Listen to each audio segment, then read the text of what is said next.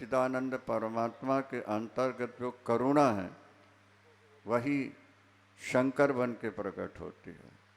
जैसे मिश्री के अंदर मिठास है, अग्नि के अंदर दाहकता शक्ति है, तो मिश्री में जैसे मिठास है उसको मिश्री से निकाल करके अलग रूप बना दिया जाए, परमात्मा की अचिंत्य शक्ति है। परमात्मा के अंदर जो करुणा है वो करुणा ही भगवान शंकर के रूप में प्रकट हुई है। कठोरता नहीं है, करुणा भरी पड़ी है भगवान शंकर के अंदर। ध्यान दें, सूत जी ने कहा कि भाग्यशाली हो आप लोग, मैं आपको शिव पुराण सुनाता हूँ। शिव पुराण के श्रवण मात्र से महापापी तर चुके हैं और आगे तरते रहेंगे। इतिहास के रूप में उन्होंने सुनाया, एक देवराज नाम का ब्राह्मण था, जाति से ब्राह्मण था, कर्म से वो व्यापारी था। अत्यंत लोभ उसके अंदर है, विश्वास करने वालों को ठगता है, विश्वास करने वालों को ठगता है और समय पाकर के उनको मार भी देता है। एक बार वो स्नान करने गया किसी तालाब में, वहाँ एक वेश्या मिली उसे, शोभावती उसका नाम था, सुंदरी थी। दोनों में बात हुई, प्यार हो गया और दोनों में कंप्रोमाइज हो गया, पति पत्नी बन करके रहने के लिए। वो वेश्या के यहाँ से प्यार कर बैठता है। माता ने, पिता ने, नाते रिश्तेदारों ने उसको रोका, लेकिन उसने किसी की बात मानी नहीं। व्यापार करता है और विश्वास करने वालों को ठगता है, मार भी देता है।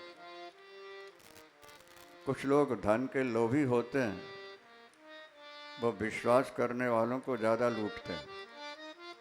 वो सोचते हैं कि हम पर विश्वास बहुत करता है, इसलिए जितना चाहे इससे ले सकते हैं। बहुतों को लूटा पीटा। माता पिता ने बार बार मना किया, पत्नी ने मना किया, नहीं माना। ज़्यादा मना करने के बाद उसके को क्रोध आ गया और रात्रि में जब माता पिता पत्नी सो रहे थे, उसने तीनों का सिर काट दिया। माता की हत्या, पिता की हत्या, पत्नी की हत्या उसने कर दी।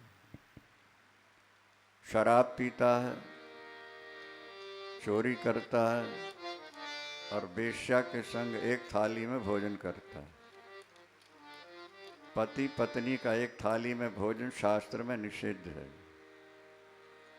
पति का के भोजन करने के बाद ही पत्नी भोजन करती थी।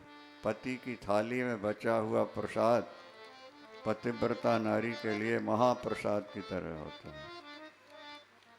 पति को अपना जूठा खिलाना, इससे बड़ा कोई पाप नहीं होता। ध्यान रखना।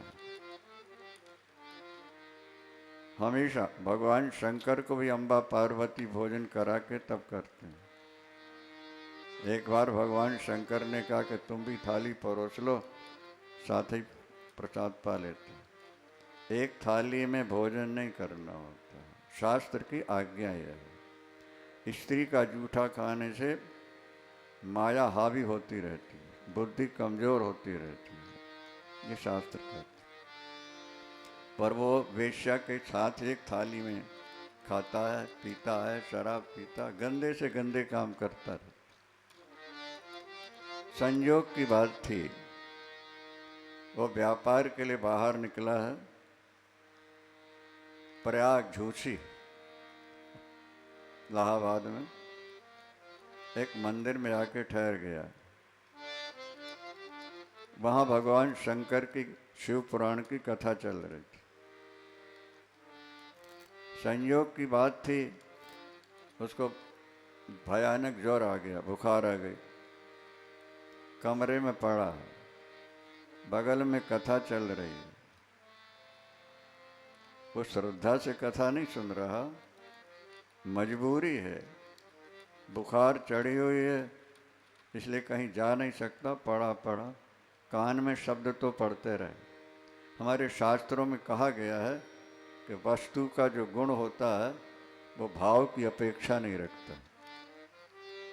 इसे सरल हिंदी में समझ लो, जैसे अग्नि का स्वभाव जलाने का है।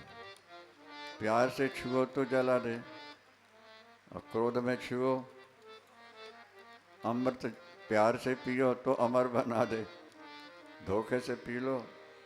वस्तु का जो गुण होता है वो भाव की अपेक्षा नहीं रखता। इसी तरह से अब शिव पुराण चल रहा है, लोग बैठ के सुन रहे हैं, वो पढ़ा हुआ है, शब्द कान में आ रहे हैं नहीं आ रहे। संयोग की बात थी, शिव पुराण समाप्त हुआ, उसके प्राण निकल गए। प्राण निकल गए, यम के दूत आए हैं, उसको लेकर चले। लेकिन जब वहां पहुंच रहे हैं यमलोक, तब तक भगवान शंकर के गण पहुंच गए। कहाँ ले जा रहे हो इसे? नरक ले जाएंगे। क्यों? इसने बड़े पाप किए हैं। माँ की हत्या, पिता की हत्या, पत्नी की हत्या, विश्वास करने वालों की हत्या, शराब पीना, वेश्या के संग। शिव गणों ने कहा अब ये नरक नहीं जाएगा। क्यों? बोले इसने शिव पुराण सुन लिया है। बोले शंकर भगवान की जय हो। इसने शिव पुराण सुना है, इसीलिए सीधे वैकुंठ जाएगा, शिवलोक जाएगा। यमदूतों ने कहा कि नहीं, इसके इतने पाप हैं कि करोड़ों वर्ष नरक में सड़ेगा ये। झीना झपटी होने लगी। यम के दूत अपनी तरफ खींच रहे हैं और शिवगण अपनी तरफ खींच रहे थे। शोर मचा, भगवान शंकर बाहर आए, श्री हरि धर्मराज बाहर आए, देखा, ज्ञान दृष्टि से समझ गए, अपने दूतों को डांट लगाई और कहा छोड़ दो। शंकर के गणों को दिया, कहा हमारे तरफ से हाथ जोड़ के भगवान शंकर को प्रणाम कहिएगा, हमारे दूतों से जो अपराध हुआ उसे क्षमा करें। जो शिव पुराण सुन लेगा वो व्यक्ति नरक कभी नहीं जाएगा। ये बात बिल्कुल निश्चित। शंकर भगवान की जय हो। सीधे देवराज शिवलोक जा पहुंचा है। भगवान ने कहा बेटे तुमने पाप तो बहुत किए थे, लेकिन संयोग की बात थी कि तुम्हारे कानों में शिव पुराण पहुंच गया। कभी कभी ऐसा होता है